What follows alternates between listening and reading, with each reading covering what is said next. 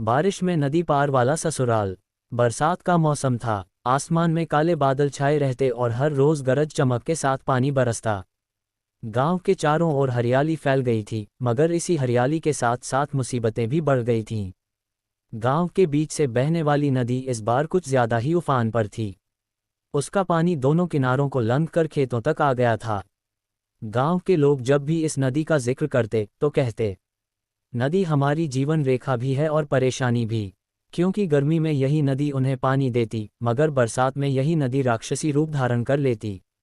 इस गांव के एक साधारण किसान परिवार की बेटी थी सुनीता। सुनीता की शादी पिछले साल ही पड़ोस के गांव में हुई थी।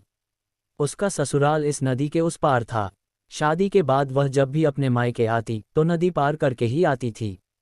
बरसात शुरू होते ही मायके और ससुराल के बीच आना जाना मुश्किल हो जाता।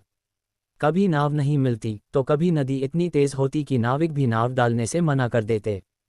इस साल भी बरसात कुछ ज्यादा ही थी। सुनीता को अपने मायके आए हुए 15 दिन हो गए थे। उसकी माँ बार बार कहती, बिटिया तू अभी ससुराल मत जा, नदी बहुत खतरनाक हो गई है।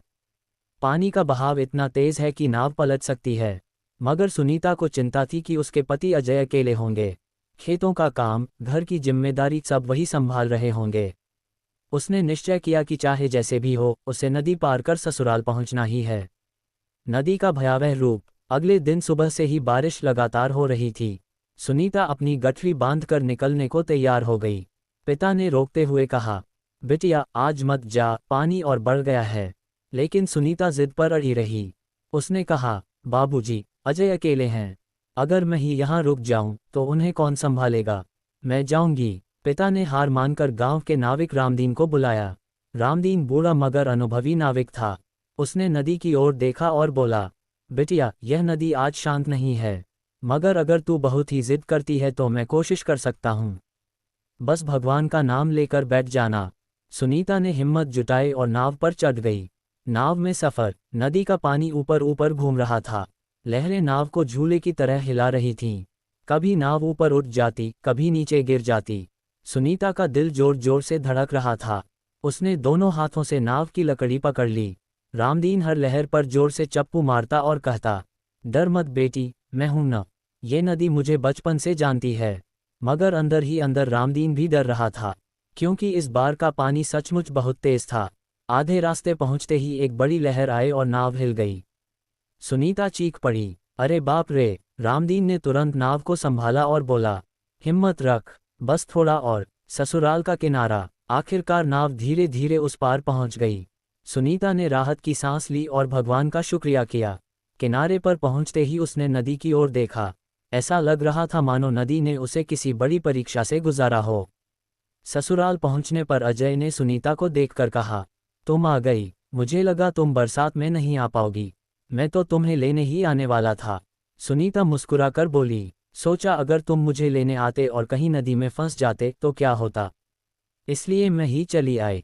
अजय ने उसका हाथ पकड़ते हुए कहा, अब कभी अकेले इतनी हिम्मत मत करना।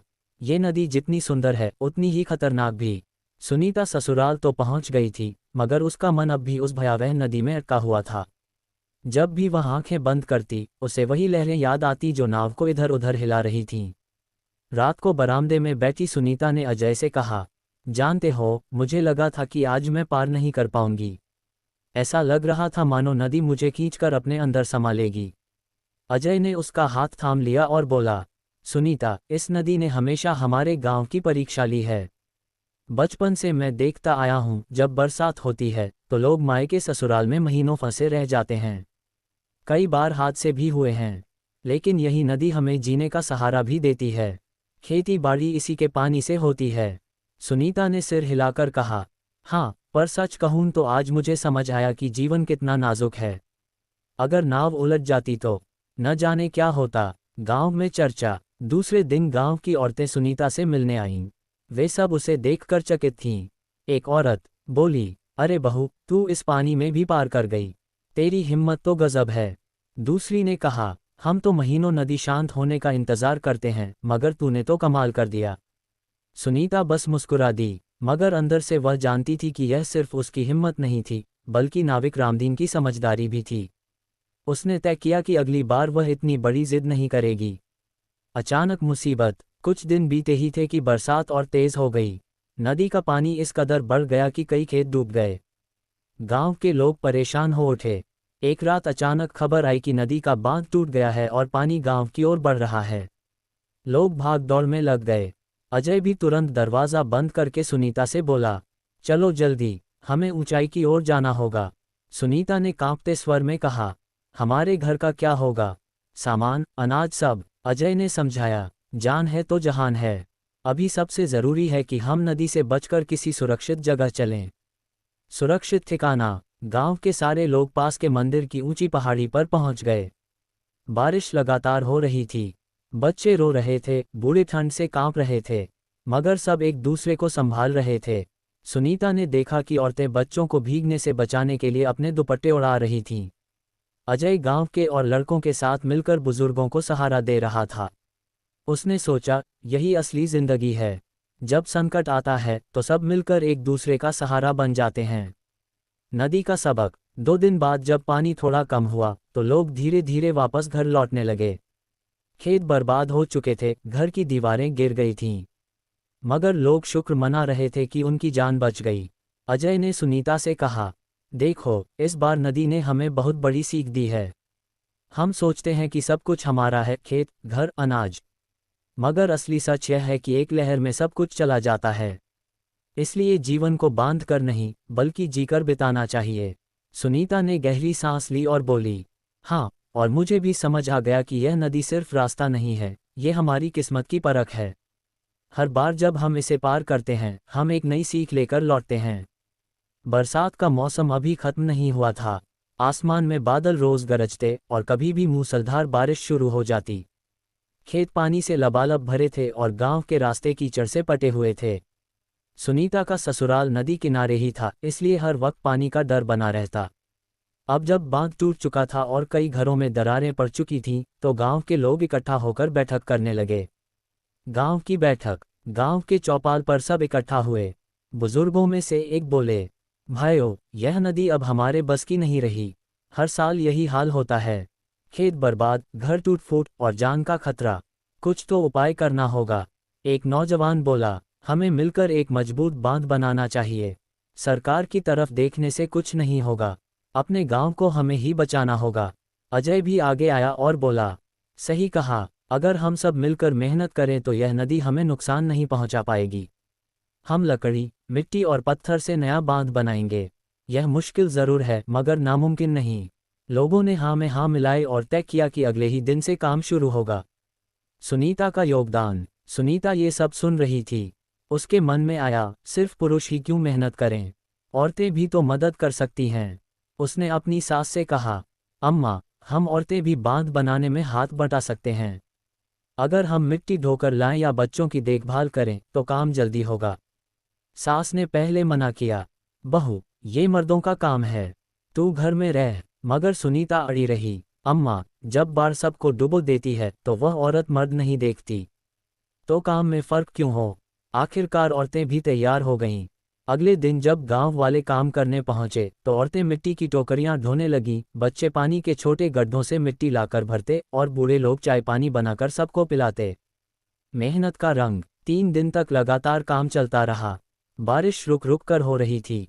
सबके हाथ पांव कीचड़ से सने हुए थे, मगर उनके चेहरे पर उत्साह था। सुनीता की हिम्मत देखकर अजय को गर्व हुआ। उसने कहा, तुम्हारे जैसी औरत अगर साथ हो तो कोई भी काम मुश्किल नहीं। तुम सचमुच इस गांव की शान हो।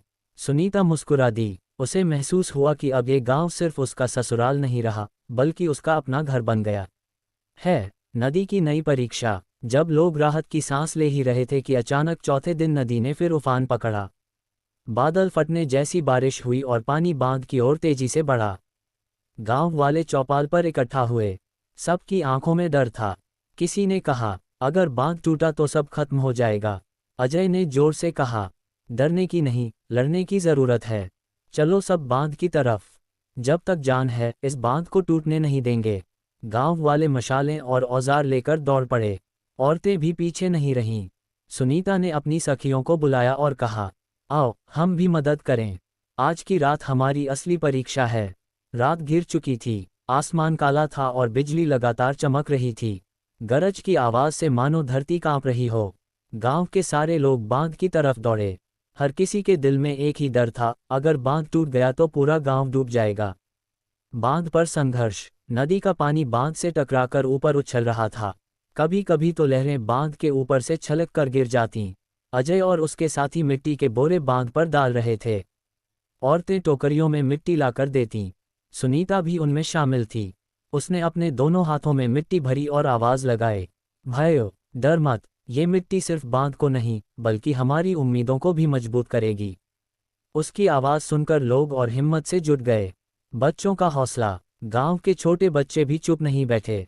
वे छोटे छोटे पत्थर और लकड़ी के टुकड़े लाकर बांध पर रख रहे थे। कोई बोला, अरे इन्हें रोक दो, ये छोटे हैं, चोट लग जाएगी। मगर अजय ने कहा, नहीं, ये बच्चे हमारे भविष्य हैं। जब ये काम कर रहे हैं तो हमें और ज़्यादा मेहनत करनी चाहिए। सबकी आंखों में चमक आ गई। थकान के बावजूद लोग जुटे रहे। तूफानी रात, आधी रात तक बारिश और तेज हो गई। पानी की धार इतनी तेज थी कि बांध हिलने लगा। एक जगह से बांध टूटने लगा। सब घबरा गए। किसी ने चिल्लाकर कहा, जल्दी मिट्टी लाओ, वरना सब बह जाएगा। सुनीता ने हिम्मत नहीं हारी। उसने अपनी साड़ी फाड़कर उसे रस्सी की तरह इस्तेमाल किया और बोरे कसकर बांधने लगी। औरतें उसके पीछे पीछे काम करने लगीं। अजय ने देखा और भावुक होकर बोला, सुनीता, तुम सचमुच वीरांगना हो। तुम्हारे बिना हम हार जाते। सुबह की जीत। आखिरकार सुबह होने तक गांव वाले बांध को संभालने में सफल रहे। बारिश थम चुकी थी। सूरज की हल्की किरणें जब बादलों से निकलीं तो सबकी आंखों में नई उम्मीद जग गई। गांव के बुजुर्ग रो पड़े और बोले, आज हमने नदी से जंग जीत ली है। ये जीत सिर्फ हमारी नहीं, हमारी एकता की है। सबने सुनीता की ओर देखा। वह थकी हुई थी मगर उसके चेहरे पर संतोष था। उसे लगा, ये गांव अब मेरा ही परिवार है। यहाँ के लोग, यहाँ की नदी सब मेरी जिंदगी का हिस्सा हैं।